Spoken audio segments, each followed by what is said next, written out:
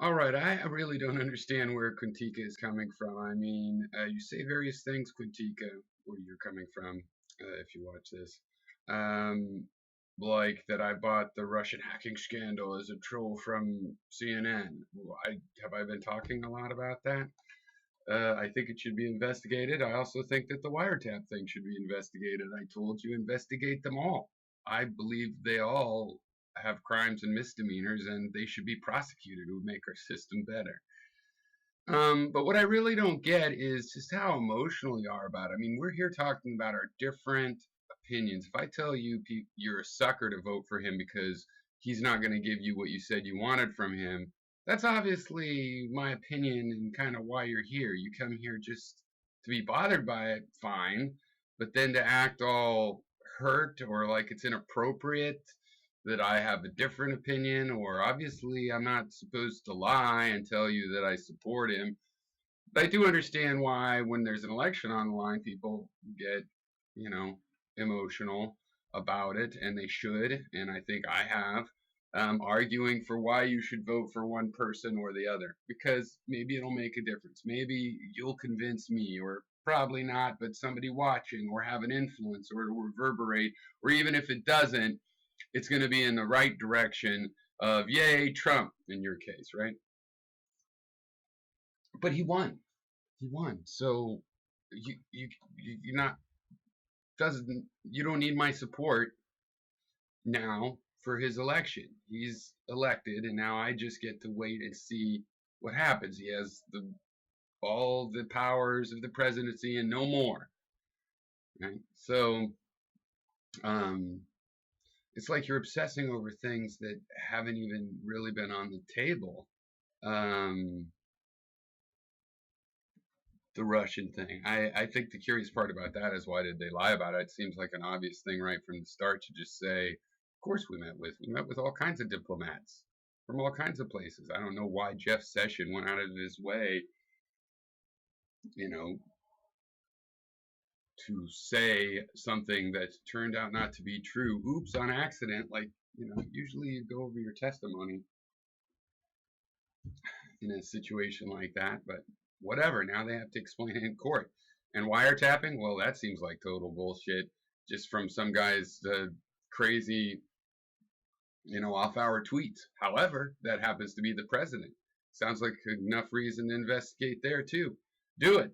And if it topples this black state that takes so much money and doesn't even tell us how much and spies on us all and it does illegal things and is believed that they're supposed to do illegal things and illegal things for your country. It's like they're not illegal. I don't mind that they are part that they get investigated through this. Great. How's that information going to come out? Um, so anyway, I was given reason by Barclay seemed to say that Quintica mentioned something about this, though he still said he didn't understand it in this video. So I thought I'd watch this video and see if I could get an idea of where he's on the winning side. They won the election. He's upset, for example, that I think Trump voters have been suckered and that he will not drain the swamp, for example. He will not build a wall it will not be 10 feet higher, and so on and so forth. Those are examples, I don't, of things I don't want to have happen. I do want manufacturing in the United States. So if he gets that, that'll be good too for me. I'd be, yeah, yay. We'll see. I don't think he's going to get that. The things that you want from him. I don't think that's what he's really doing there. And that's what I really believe. And if you think this whole hundreds of millions of people are supposed to all be unanimous, it's like you don't seem to understand how democracy works. It does not promote that. We do not have to do that. Just like you didn't have to, or Trump rather, didn't have to respect Obama. It might have offended some people, but he didn't have to do it. This is a democracy. You can't be all butthurt because not everybody becomes a supporter that wasn't a supporter to begin with. Okay. Hello. Good morning, everyone. Um, Evening, night, wherever you are, whatever it may be. Um, I see that Piero 314, That would be me. the self-proclaimed social justice warrior who hosts the Illusions Exist show on YouTube. Well, not anymore, if you haven't noticed. And look, I added economic justice. I see that he's still avoiding the issue of the wiretapping of Trump Tower, the illegal wiretapping of Trump Tower by the Obama administration. I haven't made videos about it, but I told you in comments when you made that point. Maybe that comment was before this video. But I told you that investigate it. Yeah, we need a clue from him what he's talking about and investigate it. And there's already information because there was that article, and I thought we already knew that people in the Trump administration had been tapped allegedly because they were tapping foreign people. So we know there was tapping going on. And the question is, what the fuck is Trump talking about specifically? What kind of evidence is it? And he said Obama did it. And whether it's legal or not is going to have a lot to do with the details, right? Because the NSA can tap people. I don't think it should be able to tap people so easily, at least. I think that's crazy, just collecting all of that information. That's not a good approach to security, in my understanding. Biased by computer security, of course. And this was a person, Piero was one who was bitching about Russian hacking. Was I? When was that? And yeah, I might have talked about it, and I'm pretty sure I've been saying the same thing.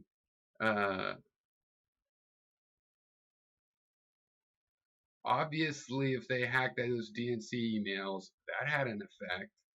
So yeah, I have the right to talk to about it, but you're acting. I, could you link to my video on that subject? All during the elections, going through the elections. This was a guy that was gullible enough to think that Hillary actually stood a chance, that Hillary was going to win. He was. So, okay, let's see. Back in the elections, yeah, I probably was talking about Russians the whole time because that's the whole thing about Manafort. Is like, look at those links. People started talking about them. It's just funny that it snowballed into all this other stuff. We should just get all the data out on the table. But now calling me gullible, okay, you won. What do you get by saying I was gullible enough to have been wrong? Okay, I mean, it's maybe a definition of words. It doesn't make me feel any worse that Trump's president. I already felt pretty much disappointed about that. You're trying to just rub that in or something? That I'm so gullible as to believe the person that got the more votes, but just because of basically a districting arrangement in the United States, didn't become president. That's gullibility.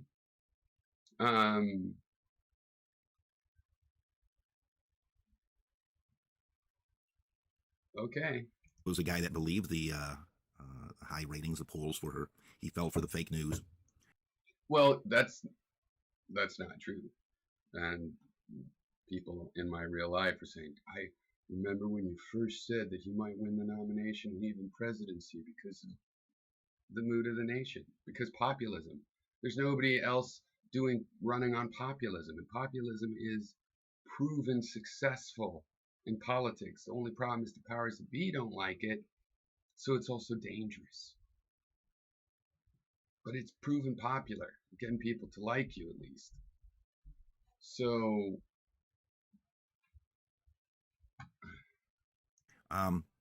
And he's also a self-proclaimed feminist. yes. Okay, so now he just made a video where he's complaining about the whining about how conservatives are angry or are disenfranchised, are expressing the fact that they're disenfranchised from Twitter, that they're censored from Twitter,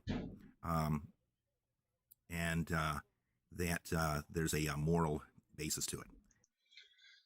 No, you just don't listen very well. Look, it's very narrow. It's a very short video, and it's a very narrow focus of a comparison of people that say that the baker shouldn't have to make a cake for a gay couple. Or Rand Paul that says you don't need civil rights law to have blacks in restaurants because it's bad business. And even if in the old days, this and that or the other, it's bad business to turn away all those customers. The market will take care of it. The market will help validate the moral decision that, of course, we all want. And I'm noticing that it doesn't seem to apply to Twitter. Twitter is making a decision based on business. It might be the wrong one. That's part of the problem. Maybe a person would have a more successful business if they let African Americans in, but they're worried that their other clientele is racist. Maybe they themselves aren't even racist. And they make that decision and they're wrong and their business would have been better and there wouldn't have been a problem. Or maybe they make the decision the other way, right? So, but Twitter is making decision based ultimately on its right to be the one making that decision as a private entity. Now, what I said is that I believe that in public communications, it should all be treated by carrier laws like with AT&T and phone companies. They can't tell you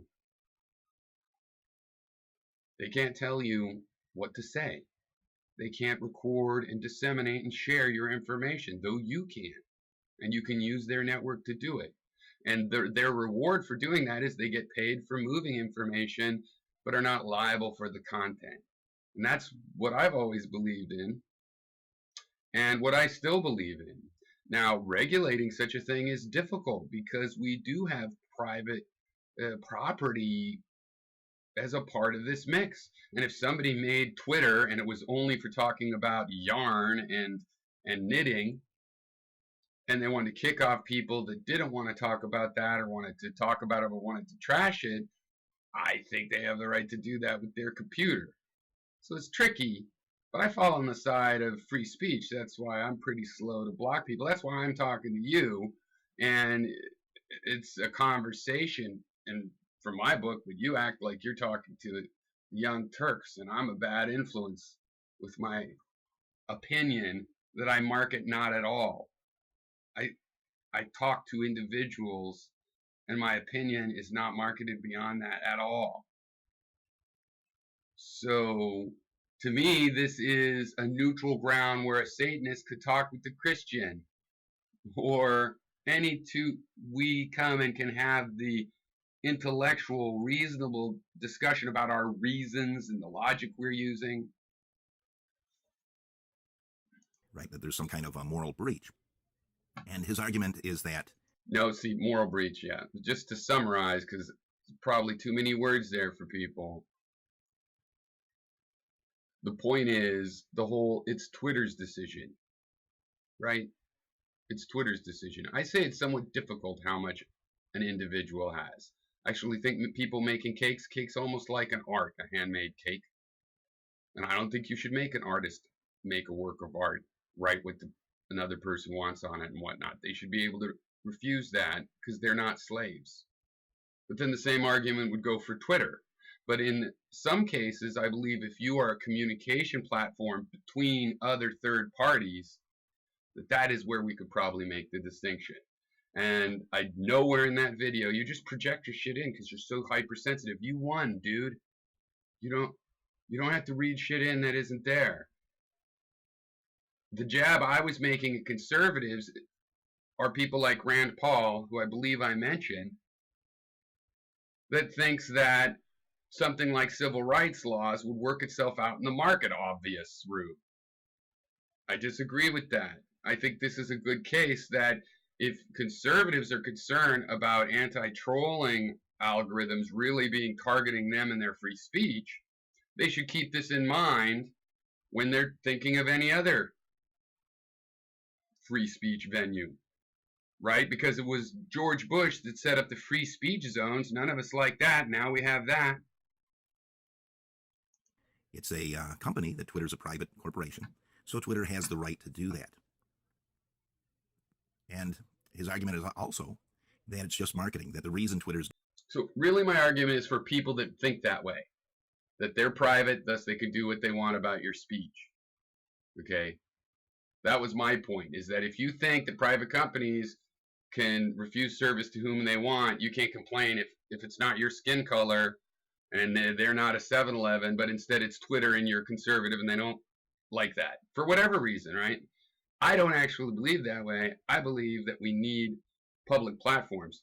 If we do allow private companies to get away with this kind of censorship that they've gotten away with so far, that they've been even required to do, then we need a public platform that is owned by the state where we can put our content and discuss with each other, where we do have free speech rights.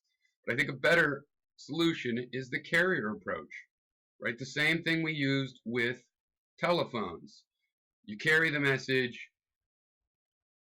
you can't decide who talks to who or what they say. Doing this is not ideologically based. The reason Twitter is censoring people who are conservative is due to marketing, to which I left a few comments that it is not an issue of marketing when someone does that, when a private corporation does that, and they start losing their shares, their stock shares, the value of their stock shares. So we have seen where Twitter has had these huge fluctuations in the value of their stocks, and as they censor more conservatives, we see that their stocks are tanking. Now, Piro doesn't check this stuff out. He doesn't really care to read. That's market forces. It doesn't matter. They're still making that. Are you saying what? Why don't you up and tell your theory about why they're doing it? I think they're afraid of losing people because people are going to revolt against the trolls and decide it's not worth fighting with people that call you bitch or whatever from the left or right. Everybody's dealing with it, right? It's not just liberals getting trolled and treated rude when they're maybe not that kind of a person. And as far as I know, Twitter isn't actually profitable. So they have some figuring out to do. So yes, I'm assuming it's because of a business decision. If their stock price goes up or down, well, the business decision would be whether their user numbers go up and down. But that's also been a problem for them. So yeah, they're making business decisions and maybe they're panicking and making the wrong ones. So what? That's what my point. Of course, I'm making a point that companies will make the wrong decisions and market forces won't calculate morality. Read analytics and all that other stuff, even though the guy's a computer geek and he should know numbers and stuff like that.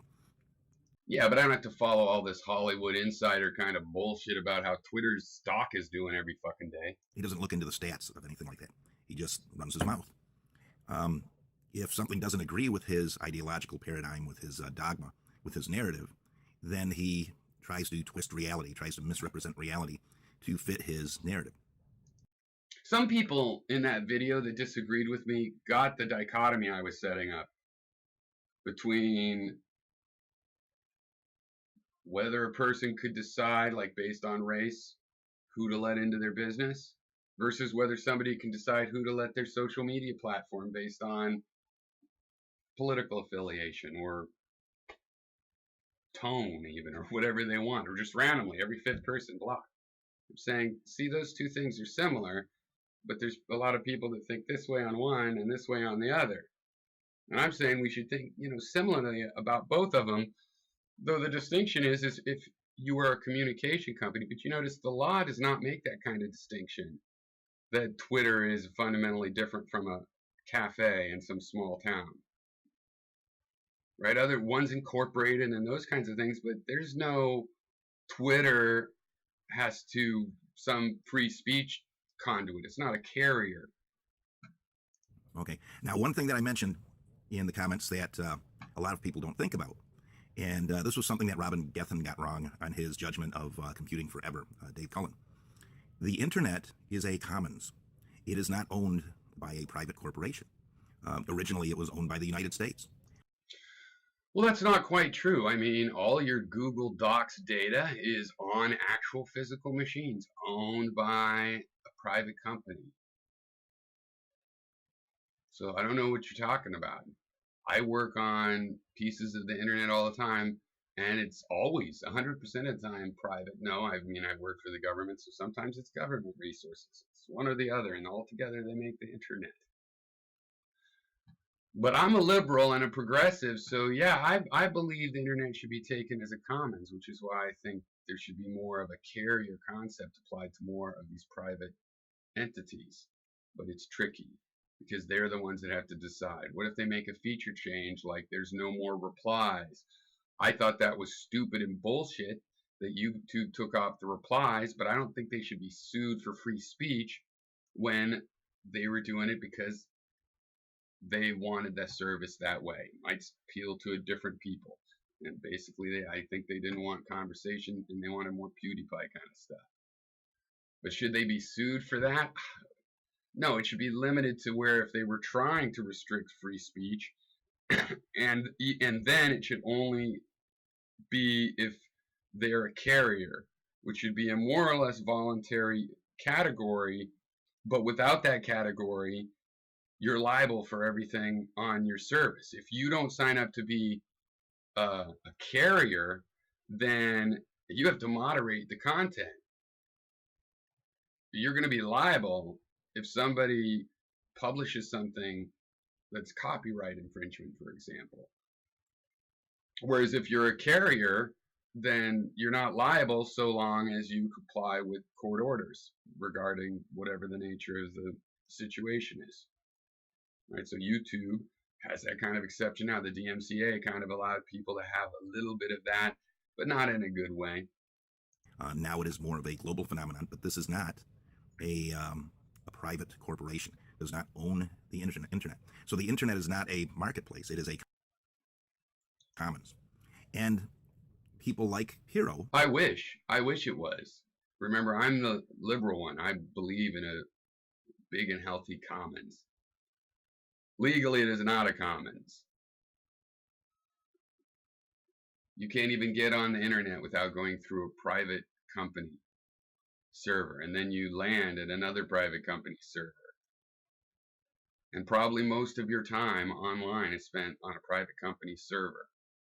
So you could say it's a commons, but what you really ought to be saying is we should protect it as a commons, in which case I would agree with you. But we don't have that protection now. And if the internet is a commons, then maybe restaurants are commons as well. And that's why you shouldn't be able to reject people because of their first name or because of their politics or anything like that, short of disruptive behavior. It's not like it's a simple question. And people who are liberal, more liberal, will be the first ones to argue that everyone has a right to the internet. Everyone has a right to the voice on the internet. Until someone voices a complaint regarding their censorship of conservatives or their censorship of anyone who is not a cultural Marxist, not a feminist, or not a social justice warrior. Right, except for that didn't happen here. What I did is I took a complaint that alt-right conservatives are having about Twitter and the software that seems to be coming. That what is it? Candid app type stuff.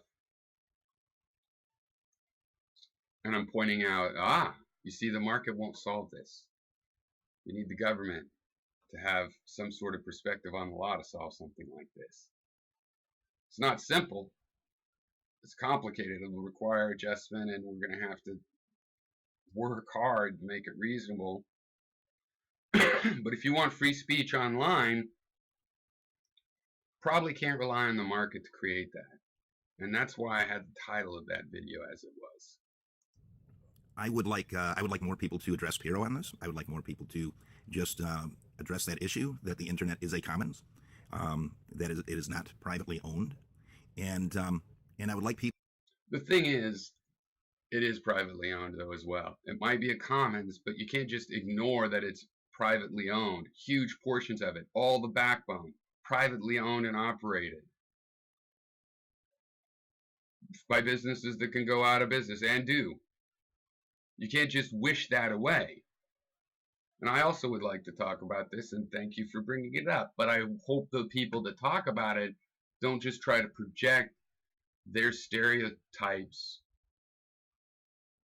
of their opposition onto me, because I have my own positions.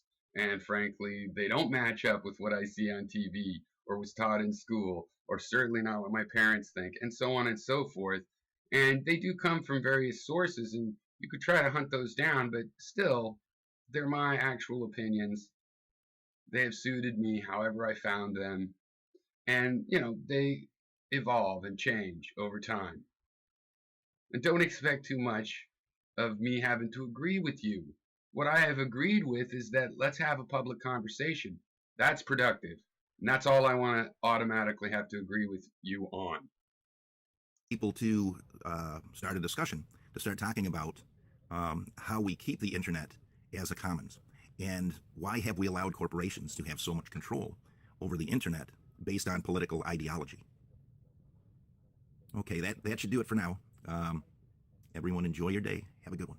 Right. Well, you're so angry and upset with me, and I called you your side of things suckers that, I know you won't, nothing will probably change your attitude about this. Just sort of the acidic part, which is fine. But I will say this. In 1994, I was working for an online game company. We were using the same network that, like ATMs and gas credit card machines. And it was really, boop, boop, boop. The thing would dial up. It had about a 5-second lag.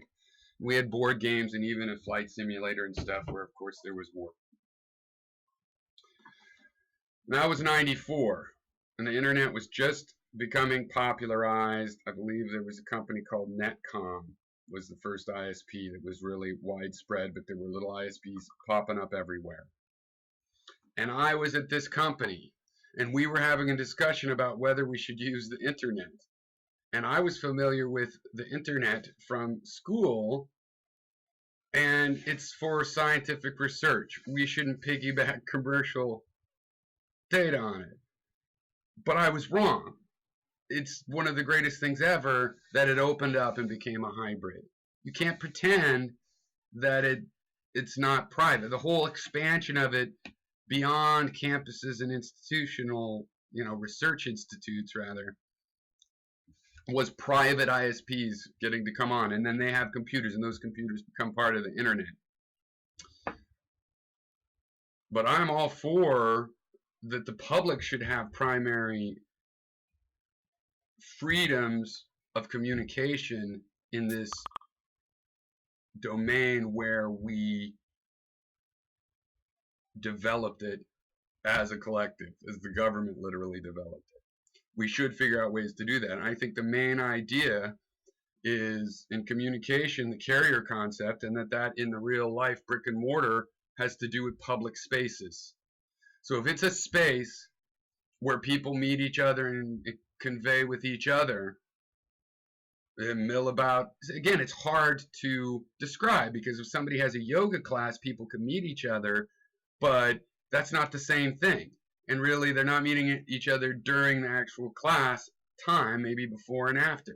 So how do you make those distinctions legally? But that's the kind of distinction we're going for. If you have a restaurant where people are supposed to come in, maybe that is like a carrier is in communication. Maybe you can make a distinction for that, and you don't force it on people necessarily. Maybe you have a private club that isn't that kind of public space. And the people adopt that category themselves in order to get the benefits of, like, well, if I have a private space and some guys meet in my private club to conspire against, to rob a bank, then I might be considered a conspirator. Whereas if I have a public cafe and people happen to come in there and talk about robbing a bank, I won't be. And in order to have that privilege, I have to treat people in this fair way, which includes, as a subset, free speech. Anyway, I still don't understand where you won, so we'll see if you're suckers or not. I mean, what's the fucking problem? When there's a big giant wall and there's billions of jobs and we're all sick of winning, who cares if I'm even denying it then? I mean, believe me, I want things to go well for the country. I want prosperity. It affects me. But I'm not going to lie, especially not here, but I wouldn't anywhere. But this is to discuss how I actually feel about whatever I'm talking about. So in the case of politics, yeah, I still don't like Trump.